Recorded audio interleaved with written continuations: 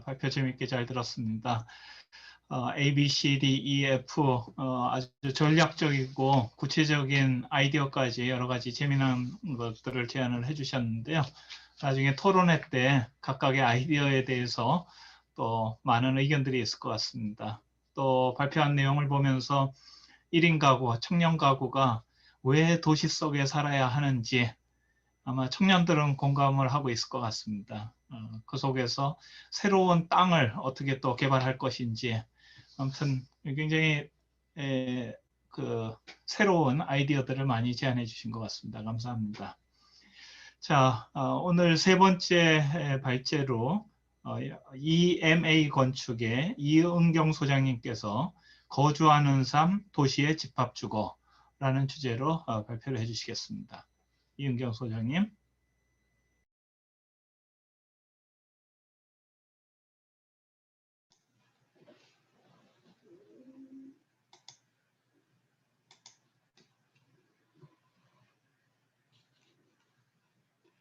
네, 안녕하세요. 이은경입니다. 앞서 처음에 송하엽 교수님께서 좀 더 일반적인 얘기를 해주셨고, 그리고 서울소셜스탠다드 김하나 대표님께서 1인 주거에 집중해서 그 내용을 얘기해 주셨던 데 비해서 저는 좀 더 세부적인 그냥 케이스에 대한 내용을 오늘 설명을 하고자 했기 때문에 아마 제일 마지막에 말씀드리는 게 더 좋을 것 같고요.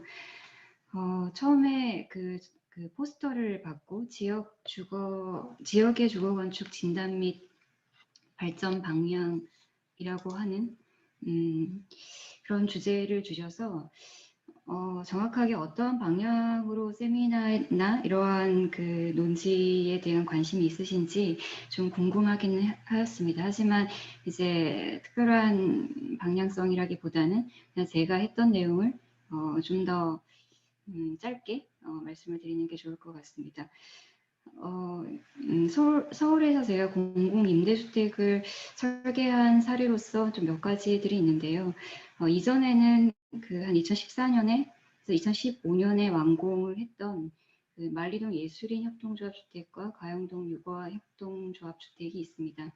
근데 이 당시에는 설계 프로세스에 임대주택에 대한 좀 더 공동체를 형성하기 위해서 임대주택임에도 불구하고 입주 예정자를 참여형 설계로 진행을 하여 주택은 공공임대를 하고 커뮤니티 공간의 입주자가 무상으로 활용할 수 있도록 그렇게 설계되었었습니다.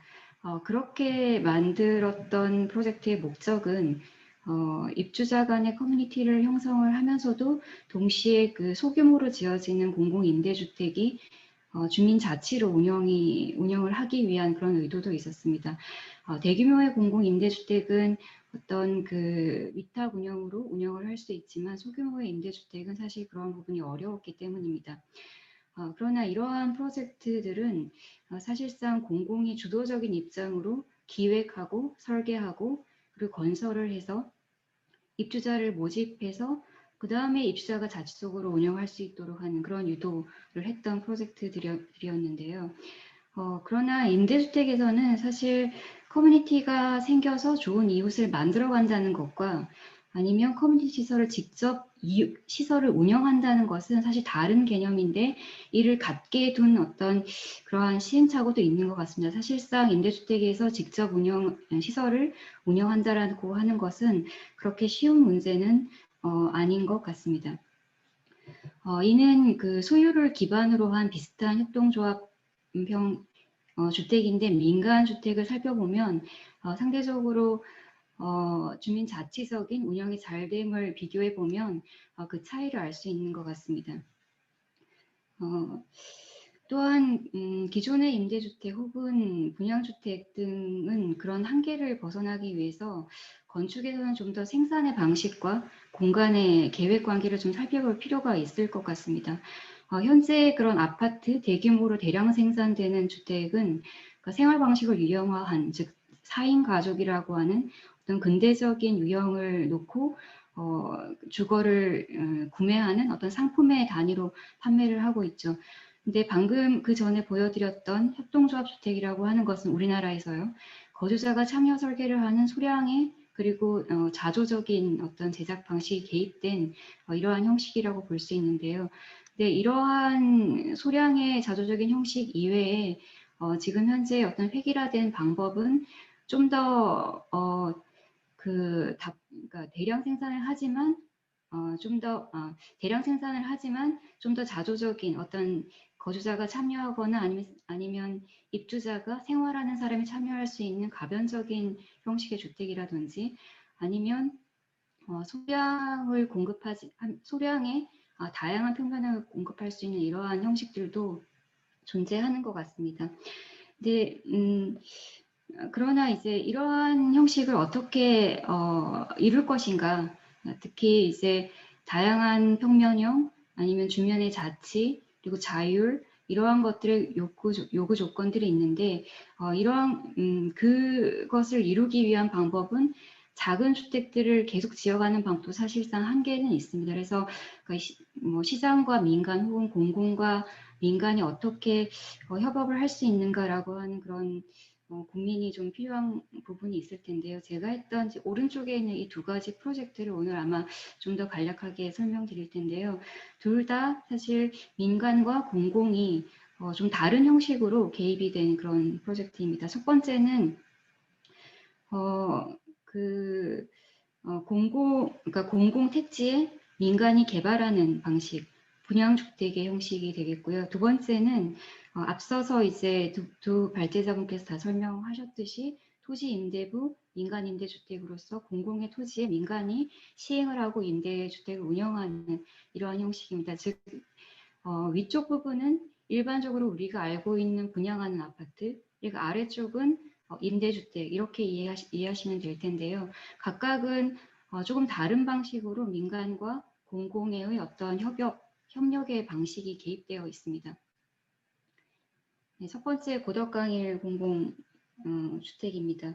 네, 이 프로젝트는 실제로는 공공 택지를 민간에게 분양하는 것이었는데 그 매입사를 선정하기 위해서 설계 공모를 시행을 했었습니다. 즉 건설사에게 설계사무소와 컨소시엄을 형성해서 일반적으로 분양하는 그런 판매를 위한 상업적이고 획일화된 혹은 닫힌 그러한 공동주택이 아니고 지역이나 그리고 공공성 그리고 공동체성을 최대한 확보하는 그러한 작품을 당선작으로 선정하겠다라는 취지가 있었고 그래서 저희 EMA 사무소와 건원과 현대건설, 계룡건설이 건설을 형성해서 당선작으로 2019년에 되었던 프로젝트입니다. 지금은 좀 분양이 되고 진행 중에 있습니다. 특히 이제 여기서 저희가 주안점으로 보았던 것은 기존의 공동주택에 대한 배치의 문제입니다. 동타입을 설정하고 이에 대해서 채광이나 일조거리를 적절하게 두면 이미 배치가 결정되는 그 배치 자체가 획일화지 그 배치로 이루어지는 게 도시의 경관이 획일화로 드러나는 것이라고 봅니다. 따라서 저희가 가장 중요하게 생각했던 것은 지면의 적지성으로부터 출발하는 것이고 그것이 도시성 혹은 공동체성을 형성하는 가장 근본적인 부분이라고 생각하였습니다. 그래서 이러한 집합성 혹은 집합적인 관계를 가지는 것을 가장 중요한 컨셉으로 해서 진행하였습니다. 그래서 집합의 단위를 좀 더 큰 800세대나 되는 큰 단위였지만 좀 더 작은 단위의 집합의 단위를 하나가 반 정도 개방된 그러한 파티오를 형성을 하고 그러한 파티오가 연속돼서 도시의 어떤 그 중정을 형성하면서도 또한 일부는 반개방적인 부분을 만들어서 그것이 좀 더 확장돼서 도시의 길과 만나고 그리고 그 길을 형성하는 부분이 저층이라고 하는 이때의 저층은 유럽의 블럭 정도에 되는 블럭형 주택의 높이 정도가 되는 대략 한 6층 정도를 저희가 보았습니다. 그래야지 적절한 밀도와 어떠한 공간의 형성을 할 수 있다고 보았기 때문입니다. 그리고 그 위로 어느 정도의 밀도를 담당하는 또 적절한 거리를 가지는 이러한 타워의 형식을 결합을 시켰는데요. 전반적인 주거의 그 분포는 50대 50 정도가 됩니다. 그래서 이렇게 만들어진 조직들은 사실상 그 적용되는 부지의 지역에 있는 주변을 고려해서 남북으로 연결되는 생활과로로 주변이랑 연결이 되고 그래서 지역과 연계를 시키고요. 또한 그 지역과의 연결로 오픈을 하는 개념이 가장 중요했기 때문에 상대적으로는 거주민들을 위한 조금 더 거주민 관계 내부의 어떤 그러니까 세미 프라이빗 혹은 세미 퍼블릭에 해당하는 부분이 이러한 중정의 형식으로 다양한 마당을 형성시키도록 하였습니다. 그리고 그러한 중정을 주변으로 해서 커뮤니티 시설을 좀 분산시켜 그 자체가 두터운 접지의 커뮤니티층을 형성하도록 이렇게 의도한 바가 있고요. 사실상 고덕강일 지구는 지구 단위 계획 보다는 좀 더 그 다른 차원의 그 마스터 플래너, 즉 MP의 그런 그 건축가 제도가 있었습니다. 그래서 MP 건축가들에 의해서 전체적인 도시의 조직이 다른 블럭과 지금 이제 해당 부지가 지금 제가 마우스로 가리키는 부분인데요. 그로부터 서쪽과 남쪽에 있는 부지는 임대주택의 단지가 있어서 이 부지와 서로 연결하는 오렌지 네트워크라고 하는 보행길 네트워크를 형성하고 있었습니다. 그래서 이러한 보행길 네트워크를 적극적으로 민간 부지에도 끌어들이고 그러한 민간 부지 내부에 들어가는 도서관과 그리고 바이크 스테이션과 그리고 텃밭이라고 하는 어떤 세 개의 어떤 프로그램이랑 결합된 조직을 더욱더 강화시켜서 이런 보행 네트워크가 다른 부지와 함께 작동하기를 이렇게 바랬었고요. 그래서 그런 부분들을 저희가 좀 더 적극적으로 하면서 사실상의 이 오렌지 네트워크라고 하는 것은 도시 안에서의 개방된 길, 아파트 단지 내 닫혀진 길이 아니라 개방된 길로 활용하는 것으로 그렇게 제안이 되어 있습니다. 그래서 건축에 대한 그 설계는 빨리 넘어가겠습니다. 저층부와 고층의 결합, 그리고 좀 더 자세하게 저층부가 커뮤니티와 더욱더 연계시키기 위한 접지층의 세대, 그리고 그 코너부의 다양한 시설, 그리고 그 저층부의 개방을 위해서는 저층부의 세대들에 대한 어떤 사적인 레이어를 주는 것, 그런 것들도 인면에 고려가 되고 그 결과로서의 어떤 블럭이 나왔던 것이라고 보시면 될 것 같습니다. 좀 더 자세히 본 그런 접지층의 평면이고요.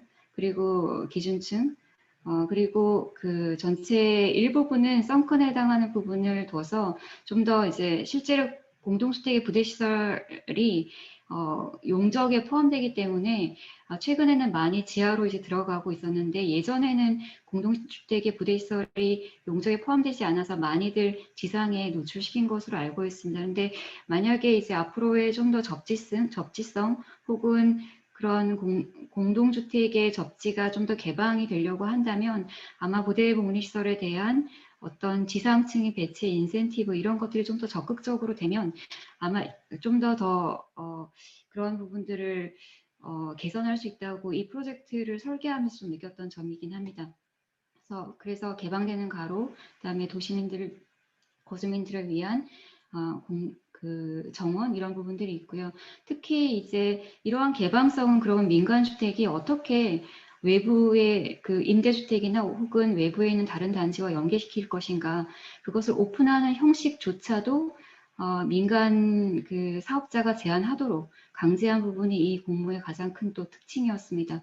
그래서 사실상 커뮤니티 시설은 그 고덕강일 5블럭만을 위한 것이 아니라 주변에 있는 임대주택과 같이 연계적으로 운영될 수 있도록 그러한 어떤 소프트웨어, 그게 리빙 플랫폼이라고 하는 것인데 이런 것들을 같이 제안을 하고 실제로 들어가는 커뮤니티 시설을 법적인 규정보다 훨씬 좀 더 많은 면적을 계획을 하였습니다. 또한 이러한 커뮤니티 시설은 그 위탁 운영체가 운영을 하는데 초기에 어떤 비용 혹은 어떠한 이게 커뮤니티가 안정화될 때까지의 일정한 비용을 건설사가 어느 정도 담당을 하도록 이렇게 그 사업의 모델을 짜도록 짜도록 제안을 하였었고요. 그리고 또한 그 전반적으로는 시설에 대한 특히 또 아무리 이렇게 하더라도 사실상 입주민들의 어떤 내부적으로 이 시설을 닫으면 열릴 수 없다라고 하는 그런 근본적인 문제를 어떻게 해결할 것인가라고 하는 질문에서는 사실상 이 어떤 오픈 플랫폼을 참여하는 사람이 많으면 많을수록 입주민들에게 더욱더 많은 혜택이 돌아가는 그러한 구조를 좀 더 고민을 했던 것 같습니다. 네. 그리고 두 번째의 케이스는 고양 삼성 사회주택인데요. 앞서 말씀드린 그러한 그 토지 임대부 임대주택입니다. 이것은 LH 공사의 토지 임대부 민간 임대주택으로서 공공부지에 민간 사업자가 오히려 입주자의 타겟을 정하고 라이프스타일도 정하고 그것을 고려한 설계를 할 수가 있게 되고 그 이후에 커뮤니티 시설을 기획하고 운영까지 하는 그러한 통합적인 계획을 하는 것입니다. 근데 이 경우에는 주택을 상품으로 계획하는 것이 아니기 때문에 기획자에 따라서 입주자를 고려한 맞춤형이나 또한 아까 그 말씀드린 소품종인 다량의 어떤 평면형 그런 것들을 제공할 수 있는 장점을 가지고 있다고 생각을 합니다. 그러니까 해당 부지는 고양 삼송인 수도권이면서 자연이랑 인접하고 있어서 뭐 저층의 타운하우스라는 그런 환경이 되게 좋은 위치여서 이 사업 시행사는 더함 컨소시엄인데요. 더함에서는 육아를 하면서 그러니까 서울에 출퇴근하는 그러한 젊은 육아를 하는 그런 부부를 대상으로 해서 좀 더 그러니까 친환경적인 그러한 주택을 설계하고 싶다 이렇게 그러니까 기획하고 싶다 이러한 기획의 의지가 있었고 그걸 위주로 계획을 하였습니다. 그러나 이제 실제로는 저희가 계획했던 것이 지금 여기에 있는 위스테이 삼송이라는 부분인데요. 근데 더함 컨소시엄은 사실상 그 위스테이 지축이라고 하는 굉장히 가까운 거리에 한 500세대 정도 되는 또 다른 이제 도시임대부 민간임대주택을 지금 현재 건설 중에 있습니다. 아까 그 송학 교수님이 보여주신 것은 위스테이 별내인데요. 그것은 이미 입주해서 약 600세대 정도가 거기도 한 500세대 정도 되는 걸로 알고 있는데 입주해서 지금 커뮤니티 시설이나 이런 것들을 잘 운영하고 있는 사례이고 이 두 개의 케이스는 앞으로 이제 진행될 케이스인데 특히 위스테이 삼성은 규모가 너무 작기 때문에 위스테이 지축과 좀 더 이렇게 연계적인 활용, 연계적인 커뮤니티의 운영 이런 것까지도 함께 기획하고 있습니다. 그게 이제 여기에 해당하는 부분이고요. 실제로는 부지는 그 고양 삼성 택지개발지구이고 LH의 부지인데 그 블록형 단독 부지라고 하는 부지입니다. 사실상 이런 블록형 단독 부지는 경사가 있거나 부지의 형상이 굉장히 주택을 짓기 어렵거나 그런 것들을 일단으로 묶어서 한꺼번에 개발하도록 하는 그러한 의도를 가지고 있습니다. 그래서 사실 저희가 이제 이렇게 나왔던 부지도 옆으로 길고 굉장히 한꺼번에 계획하기 어렵긴 하였으나 처음부터 이제 기획을 했던 어린이가 있는 집들 그래서 전반적으로는 그러니까 그 단지 내에 보행자 위주의 그러니까 차가 없는 거리를 만들자라고 하는 그런 컨셉을 적용해서 수평으로 긴 길을 중심으로 위아래 집을 좀 붙여서 배치를 하고 그 길을 통해서 각 집들을 좀 마주보게 하면서도 마당이 있고 그 레이어 뒤로 집들도 있고 그 위쪽으로 테라스까지 이렇게 연계되는 좀 더 이웃이 적절한 거리를 가지면서 커뮤니티를 형성하면서도 자신의 어떤 사적인 그런 삶을 유지할 수 있는 이러한 설계로 제안을 하였습니다. 각 주택은 어느 정도 85제곱미터 정도 좀 더 넉넉한 육아를 하면서도 초등학교, 중학교 뭐 이렇게까지도 좀 더 장기간 거주를 목적으로 좀 그러한 면적으로 계획을 하였고요. 지금 현재는 착공 준비 단계에 있고 내년 초에 아마 입주를 할 그럴 계획을 가지고 있습니다. 특히 이제 이 그러니까 위스테이 별내 아니면 고양 그리고 지축 모두 공통점은 사실상 기획에서 이러한 주택이나 그 레이아웃은 정해지지만 커뮤니티 시설의 설계는 입주자가 정해지면 입주자 참여형으로 설계를 진행을 하게 됩니다. 그래서 그 내부의 입주자가 원하는 프로그램과 그리고 어떻게 운영하겠다라고 하는 그러한 기획을 통해서 입주 이후에도 입주자가 직접 운영할 수 있게 그렇게 진행을 함으로 해서 입주 전 단계에 입주자가 좀 더 서로 커뮤니티를 만들어가는 그러한 그 단계를 주고 있고요. 그러니까 그러한 단계는 사실상 제가 이제 앞서 보여드렸던 그런 가양동 협동조합주택 아니면 만리동 협동조합주택도 모두 존재했던 부분이긴 합니다만 그것보다 이제 민간 쪽으로 오면서는 좀 더 다른 내용은 좀 더 이 민간의 임대주택은 좀 더 장기간 거주할 수 있다는 것과 좀 더 그 민간 임대주택을 커뮤니티를 운영하는 운영자가 있다라는 것, 그리고 기획자가 또 있다라는 것이 좀 더 다른 가장 큰 차이가 있기도 합니다. 그리고 또한 지금 이 임대주택도 그렇고 앞서 뭐 분양주택이긴 하지만 이 임대주택은 분양주택보다 건설 공사비가 높지 않습니다. 그리고 일반적으로 공공임대주택에 해당하는 그 정도의 임대주택의 비용으로 짓는 그 사회주택이라고 하는 것 자체가 예산이 굉장히 빠듯하기 때문에 그 정도의 비용으로 짓지만 사실상 전체의 그런 비용의 투자를 커뮤니티 시설에 한다든지 아니면 좀 더 시설을 어떤 부분을 더 좋게 해야 입주민들이 더 잘 커뮤니티를 형성하면서 살 수 있을까라고 하는 점을 그 기획사가 함께 고민한다라는 점이 좀 의미 있는 그런 부분이 아닌가 싶습니다. 이상으로 발표를 마치겠습니다. 네, 이은경 소장님 수고하셨습니다. 거주하는 삶 도시의 집합주거라는 제목으로 사실 집합되어 있는 유니트들이 그냥 물리적으로 집합되어 있는 것이 아니라 사람들의 어떤 삶의 집합을 어떻게 이루어야 될지 하는 것과 상관되면서 그 유형이 개발돼야 된다 하는 측면에서 두 가지 사례를 자세하게 보여주셨는데요. 오늘 세 분의 발제자분들이 시간을 너무 정확하게 맞춰주셔가지고 굉장히 토론 시간이 많이 남게 됐습니다. 그래서 오늘 참여하신 여러분들이 정말 궁금하신 거 있으면 뭐든지 좀 여쭙고